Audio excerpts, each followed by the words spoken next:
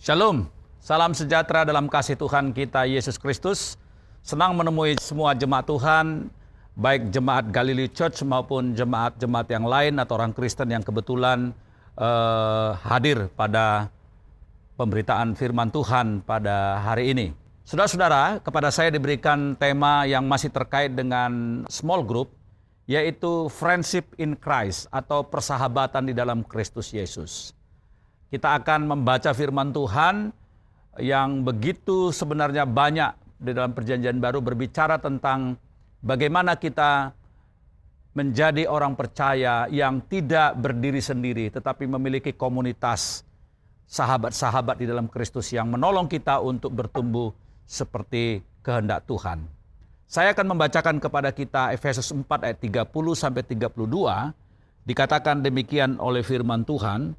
Dan janganlah kamu mendukakan Roh Kudus Allah yang telah memateraikan kamu menjelang hari penyelamatan. Segala kepahitan, kegeraman, kemarahan, pertikaian, dan fitnah hendaklah dibuang dari antara kamu. Demikian pula segala kejahatan. Tetapi hendaklah kamu ramah seorang terhadap yang lain, penuh kasih mesra dan saling mengampuni, sebagaimana Allah di dalam Kristus telah mengampuni kamu. Mari kita akan memulai dengan doa bagi firman Tuhan atau sabda Allah pada saat ini. Bapa Sorgawi, terima kasih bahwa Engkau Allah yang sudah menganugerahkan kepada kami keselamatan di dalam Yesus Kristus. Dan kalau kami ada sebagaimana kami ada pada saat ini adalah karena kemurahan Tuhan. Bapa, berbicaralah melalui kebenaran firman-Mu pada pagi hari ini di tengah-tengah kami, supaya melalui tema ini kami boleh dihantar kepada maksud dan kehendak-Mu yang menolong kami di dalam journey kami, di dalam menapaki apa yang menjadi tugas kami di tengah-tengah dunia ini Tuhan. Di dalam Kristus Yesus Tuhan, kami berdoa dan mempersilakan Roh-Mu yang kudus untuk beracara melalui pemberitaan firman Tuhan ini. Haleluya, amin. Saudara-saudara, ada seorang penulis yang bernama Yanke Lovich. Dia mengatakan bahwa individualisme di barat yang makin lama makin tidak peduli dengan orang lain telah membawa 5 penyebab yang negatif di dalam keluarga dan masyarakat. Yang pertama yaitu menurunnya kerekatan di dalam keluarga. Saudara-saudara, kita perhatikan di sini di dalam kehidupan perkotaan khususnya yang tidak peduli satu sama lain, yang berbeda dengan di desa barangkali yang masih kohesifnya atau kerekatannya itu masih kuat. Orang-orang di perkotaan sesuai dengan kemajuan di dalam sekularisme dan juga kemajuan peradaban membuat orang-orang menjadi begitu individualis, yaitu yang membawa menurunnya kerekatan dalam keluarga. Antara suami dengan istri, antara anak-anak dengan orang tua. Yang kedua menurutnya adalah, yaitu menurunnya perasaan respek terhadap orang lain dan respek pada nilai moral. Ini menjadi sesuatu yang serius ya, dan tantangan bagi gereja Tuhan bahwa perasaan dan sikap individualisme itu menjadi membawa dampak kepada bagaimana kita respek kepada orang lain dan nilai moral. Yang ketiga, sense of life atau sense atau perasaan dalam kehidupan sehari-hari makin bersifat impersonal. Artinya orang-orang makin tidak lagi melihat sesuatu itu bersifat personal, tapi lebih kepada teknologi atau perlakuan-perlakuan yang tidak lagi menghargai perasaan orang dan dignity atau katakanlah kehidupan harga diri daripada seseorang. Yang keempat, yaitu hilangnya sense of community. Tentu sebagaimana dengan penghormatan kepada human rights ya, atau penghormatan kepada hak asasi manusia yang bermuara kepada penghargaan kepada individu sebagai person, itu tidak apa-apa dan itu baik sekali. Tetapi karena spirit semacam itu menimbulkan orang begitu memiliki kata kunci dan jargon-jargon di masyarakat tentang apa yang disebut sebagai menghormati privasi seseorang, sampai kemudian eksesnya adalah kehilangan sense of community.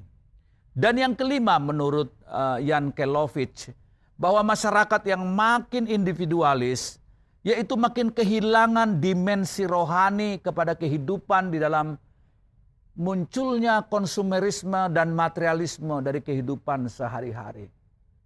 Nah, ini juga berbahaya, saudara-saudaraku. Ini adalah sesuatu yang mesti kita taruh perhatian ketika kita bicara mengenai kehendak Allah bagi kita untuk bertumbuh. Maka salah satu aspek yang ditegaskan oleh Alkitab mengenai sarana untuk kita bertumbuh di dalam Dia adalah sebuah komunitas, di mana di dalamnya ada persahabatan yang tulus satu sama lain di dalam membangun dalam konteks tubuh Kristus tersebut. Saudara-saudara, bahkan di dalam firman Tuhan yang kita baca tadi, Rasul Paulus mengkaitkan antara seorang yang penuh dengan Roh Kudus, yang tidak mendukakan Roh Kudus, adalah mereka yang absen dari segala jenis hubungan-hubungan yang bermasalah seperti kepahitan, kegeraman, kemarahan, pertikaian, dan fitnah.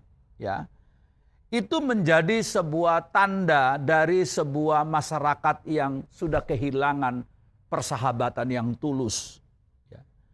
Dan kemudian di ayat 32 tadi dikatakan bahwa hendaklah kamu ramah seorang terhadap yang lain. Paulus sedang berbicara tentang sebuah fellowship atau sesuatu yang ideal dari tubuh Kristus dalam persahabatan mereka, di mana tidak ada kepahitan, tidak ada kegeraman, tidak ada kemarahan, pertikaian, fitnah, tetapi ada keramahan satu sama lain.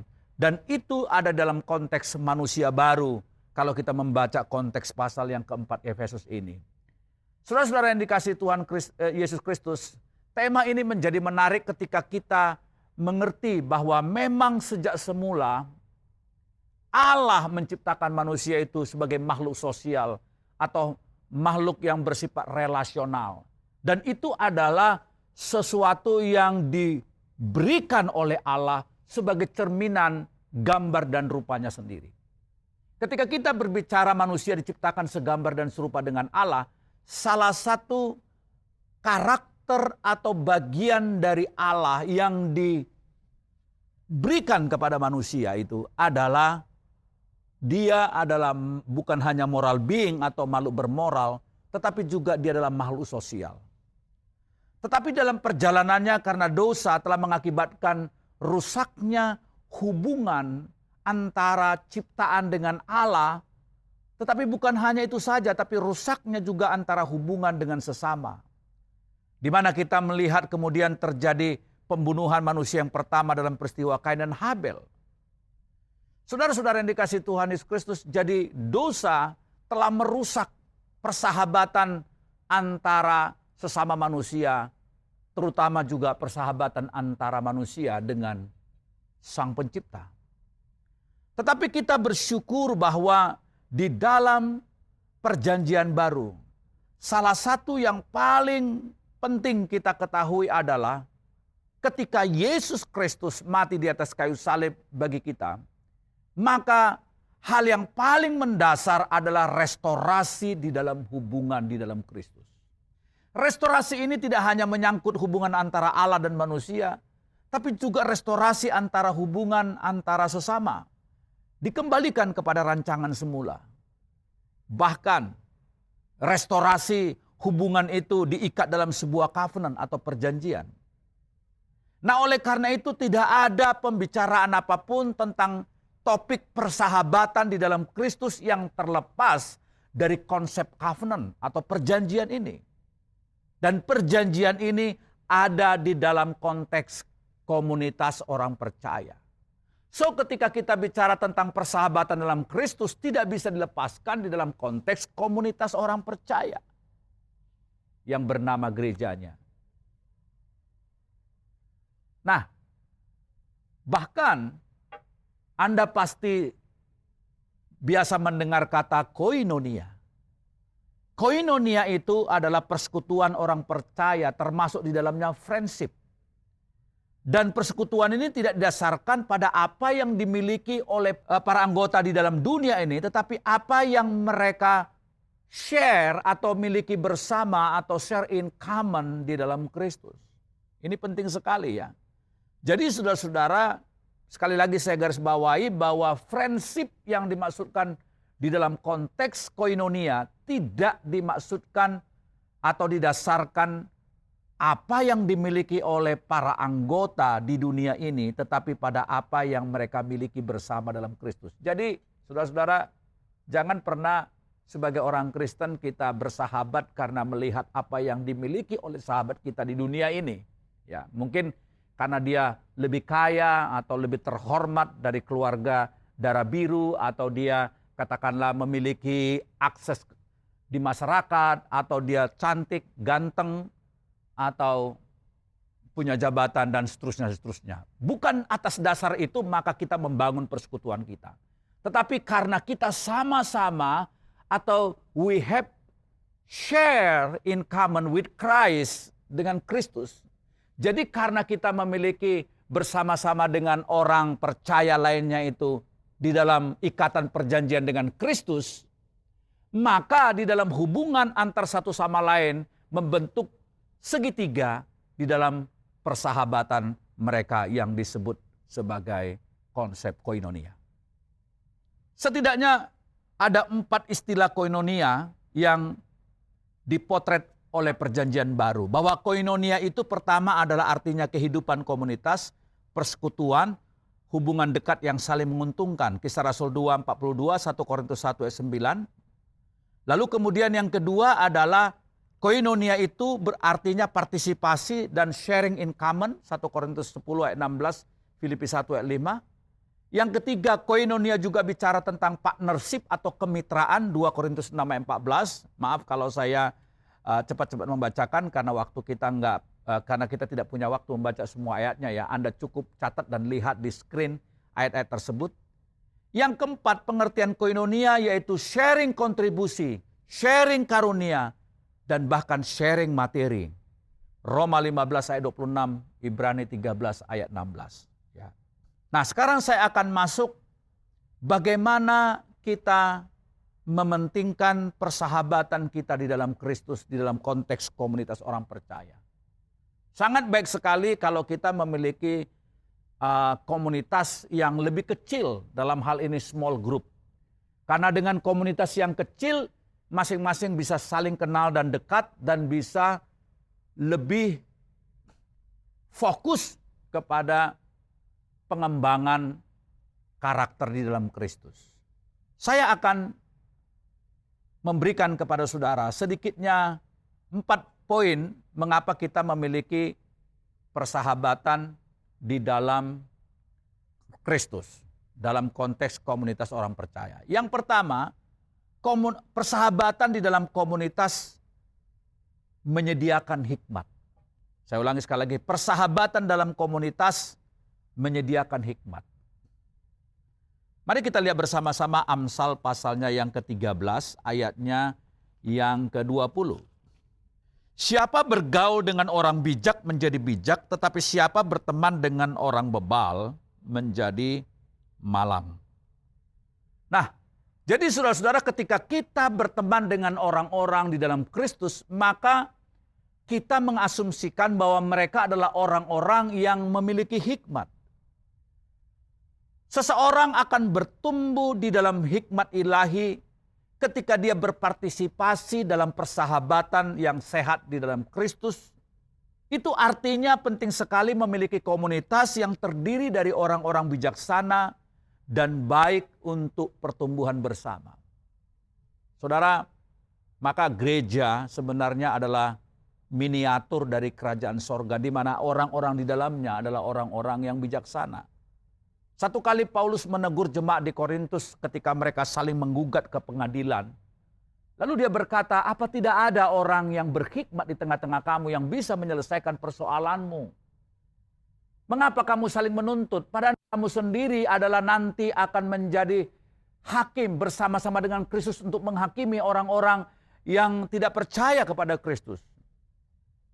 Jadi saudara-saudara, dengan kita bersahabat dalam komunitas, itu menolong kita untuk mendapatkan hikmat dari Tuhan. Bertumbuh di dalam hikmat. Ya. Dan itu penting sekali. Yesus pernah digambarkan sebagai seorang yang bertumbuh di dalam fisik dan juga hikmatnya. Yang kedua, mengapa kita perlu persahabatan dalam konteks komunitas orang percaya? Karena persahabatan di dalam komunitas orang percaya menyediakan sarana untuk saling mempertajam. Satu bagian ayat yang sangat terkenal di dalam Amsal pasal 27 ayat 17 berkata, besi menajamkan besi, orang menajamkan sesamanya. Saudara-saudara, cara terbaik untuk meningkatkan karakter moral seseorang adalah dengan apa? Dengan friksi, tanda petik ya. Dengan kritik. Nah, kritik yang konstruktif itu seperti pisau yang ikut menajamkan dan membentuk kita. Maka ketika kita bersahabat dengan seseorang, maka kita harus melihat dia sebagai saudara dalam Kristus yang juga memberi akses kepada dia mengkritik kita. Tentu mengkritik itu tidak sembarangan, tidak vulgar, tidak diumbar. Dalam persahabatan kita dalam Kristus, kita boleh mengkritik orang lain dalam arti dengan semangat memberitahu apa yang seharusnya.